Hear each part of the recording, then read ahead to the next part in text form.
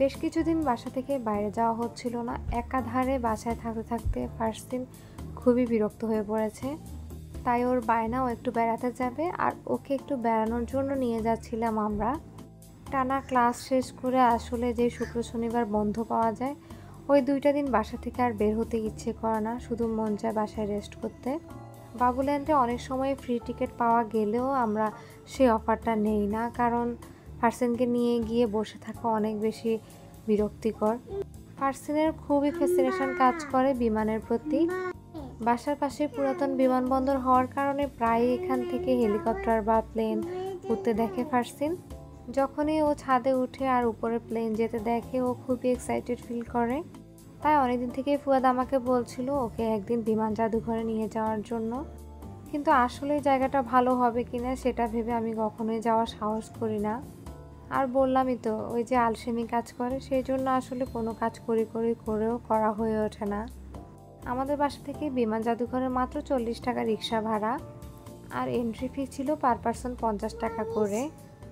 আর ফারসিনের বয়স যেহেতু 3 বছরের নিচে, তাই জন্য ফারসিনের কোনো টিকিট লাগেনি।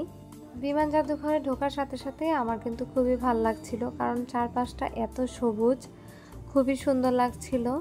আর ওই দিন দুপুরবেলা বৃষ্টি হয়েছিল, তাই জন্য সবগুলো ধুলাবালি ময়লাও ধুয়ে গেছে। আসলে ঢাকা শহরের মধ্যেই এরকম সবুজে ঘেরা জায়গা খুঁজে পাওয়া খুবই দুঃসাধ্য। চন্দ্রিমা উদ্যান, বোটানিক্যাল গার্ডেন, এই টাইপস জায়গাগুলো যদিও বা আছে, কিন্তু ওগুলোতে আসলে যাওয়ার তেমন একটা পরিবেশ থাকে না। ওইসব পার্কে আসলে ভালো মানুষের তুলনায় খারাপ মানুষের সংখ্যাটাই বেশি।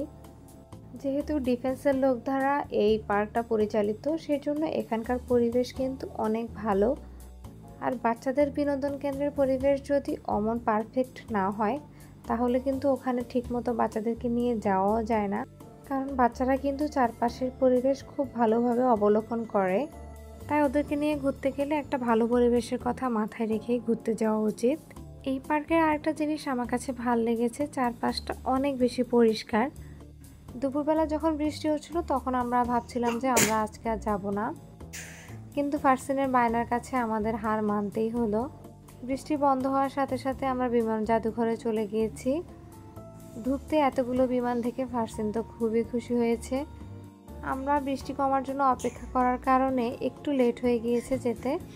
আমাদের টার্গেট ছিল আমরা 3টার মধ্যে ওখানে যাব, যাতে সন্ধ্যা হওয়ার আগে আগে আমরা একটু রিল্যাক্সে ঘুরে আসতে পারি, কিন্তু সেটা তো আর হলো না।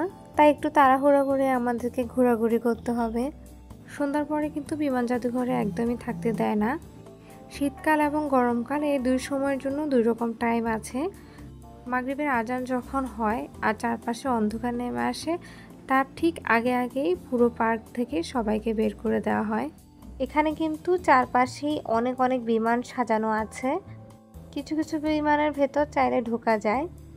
আমার আসলে মনে হচ্ছিল এই ছোট ছোট বিমানগুলোতে ঢুকে কী বা দেখবো, সেই জন্য আমরা টিকিট কেটে কোনো বিমানের মধ্যে ঢুকিনি। বিভিন্ন টাইপসের মডেলের বিমানগুলোর সামনে ফারসিন গিয়ে দাঁড়াচ্ছিল আর দেখছিল। জাদুঘরের ভিতরের জায়গাটা কিন্তু অনেক বড়, একবার হাঁটা শুরু করলে যেন হাঁটা শেষই হচ্ছিল না। পার্কের এক পাশে এই জায়গাটা ছিল, এখানে কিন্তু আমার কাছে খুবই ভাল লাগছিল। জায়গাটার নাম দিয়েছে খেয়াঘাট, আর তার পাশেই ট্রেন চলছিল। এরকম একটা সুন্দর পরিবেশে নৌকায় করে ঘুরতে কিন্তু অনেক ভালো লাগবে। আর ওই দিন যেহেতু দুপুরবেলা বৃষ্টি হয়েছিল, তাই বিকালবেলার পরিবেশটা আরও একটু বেশি সুন্দর। সন্ধ্যা হয়ে যাচ্ছিল, তাই আমরা নৌকায় না চড়ে ভাবলাম ফারসিনকে একটু ট্রেনে চড়াই। ফারসিন ট্রেন চড়তে খুবই পছন্দ করে। এই ট্রেনের জন্য আমাদেরকে এক্সট্রাভাবে আবার টিকিট করতে হয়েছে, পার পারসন 100 টাকা করে। আমি ভেবেছিলাম হয়তোবা ট্রেনটা অনেক বেশি সময় ধরে চলবে, অথবা বিমান জাদুঘরের পুরো অংশটুকুই হয়তোবা ট্রেন দিয়ে ঘুরিয়ে আনবে, কিন্তু ব্যাপারটা আসলে তেমন না। একদম খুবই অল্প পরিসরের জায়গার মধ্যে ট্রেন লাইনটা। আমার কাছে মনে হয়েছে আমরা জাস্ট ট্রেনে উঠলাম আর নামলাম। 3 থেকে 4 মিনিটের মতো ছিল ট্রেন জার্নিটা। আর যে সাইড দিয়ে ট্রেনটা চালিয়েছে ওই সাইডে তেমন কিছু দেখারও ছিল না। তো কি আর করা, সবসময় তো আর সব কিছু মন মতো হবে এমনটা নয়। এখানে কিন্তু আরও অনেক রাইডই আছে। এরপর আমরা হাঁটতে হাঁটতে বিমান জাদুঘরের অন্য একটা পাশে আসলাম। এই পাশে 2টা রেস্টুরেন্ট ছিল, একটা ছিল ক্যাফে এয়ার, আর অন্য রেস্টুরেন্টের নাম কি আমার এক্স্যাক্টলি মনে নেই, কিন্তু ওই রেস্টুরেন্টটা খুবই ভাইরাল হয়েছিল কিছুদিন আগে। একদমই বিমানের আদলে তৈরি করা ওই রেস্টুরেন্টটা। তো যাওয়ার পর যখন ওই রেস্টুরেন্টটা দেখলাম, আমি ভাবলাম ওখানে ঢুকে আমরা কিছু ছবি তুলবো আর খাওয়া দাওয়া করব। কিন্তু আমাদেরকে খুবই অবাক করে দিয়ে ওরা বলল ওখানে এন্ট্রি ফি পার পারসন 100 কি 200 টাকা করে, এছাড়া আবার খাবারের বিল কিন্তু আলাদা দিতে হবে। এটা শুনে আমার আর উঠতে ইচ্ছে করলো না, তাই আমরা না উঠে সামনে চলে আসলাম। আসার পথে আমাদের এই রাইডটা চোখে পড়লো। এই রাইডটা কিন্তু ভালোই ভয়ঙ্কর ছিল। রাইডটা ভয়ঙ্কর ছিল ঠিক আছে, কিন্তু যারা যারা রাইডে উঠেছে তাদের কর্মকাণ্ড দেখে আমরা তো হাসতে হাসতে শেষ। এক একজনের চিৎকার শুনে ফারসিন তো খুবই অবাক হয়ে তাকিয়েছিল, এরা করছেটা কি সেটা বোঝার চেষ্টা করছিল। এরপর সামনে আসতে একটা বাঘ চোখে পড়লো, আর ফারসিন তো দেখে প্রথমে খুব ভয় পেয়ে গিয়েছে। কিন্তু এই বাঘটা দেখে আমার মনে হচ্ছে সস্তার 3 অবস্থার মতো একটা অবস্থা। কেমন হাস্যকর লাগছিল এই বাঘটা দেখে, কিন্তু ফারসিন তাও কেন যেন এত ভয় পাচ্ছিল। অনেক কষ্টে ওর ভয়টা ভাঙিয়ে ওকে বাঘটা ধরালাম।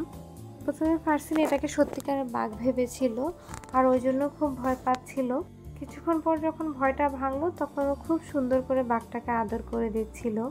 ঘোরাঘুরি করতে করতে একদম সন্ধ্যা নেমে আসলো, আর পুরো জায়গাটা ঘুরে আমারও অনেক বেশি টায়ার্ড লাগছিল। তাই আমি ফুয়াদকে বললাম আর ঘোরাঘুরি করবো না, আমরা চলে যাব। বিমান জাদুঘর থেকে বের হয়ে আমরা 60 ফিটের যে বড় রাস্তাটা হয়েছে নতুন পর্যটনের সামনে, সেখানে গেলাম। রিক্সায় ঘোরাঘুরি করে আমরা কাঁচা লঙ্কা নামের একটা রেস্টুরেন্টে গিয়ে বসলাম। ফুয়াদের গ্রিল চিকেন কিন্তু খুবই পছন্দ, আর আমারও অনেকদিন থেকে গ্রিল খাওয়া হয় না, তাই ভাবলাম একটু খাওয়া দাওয়া করি। কিন্তু খাবারগুলো একদমই ভালো ছিল না। এই ছিল আমাদের বিমান জাদুঘরের ঘোরাঘুরির একটা ভিডিও। সবাই ভালো থাকবেন। আল্লাহ হাফেজ।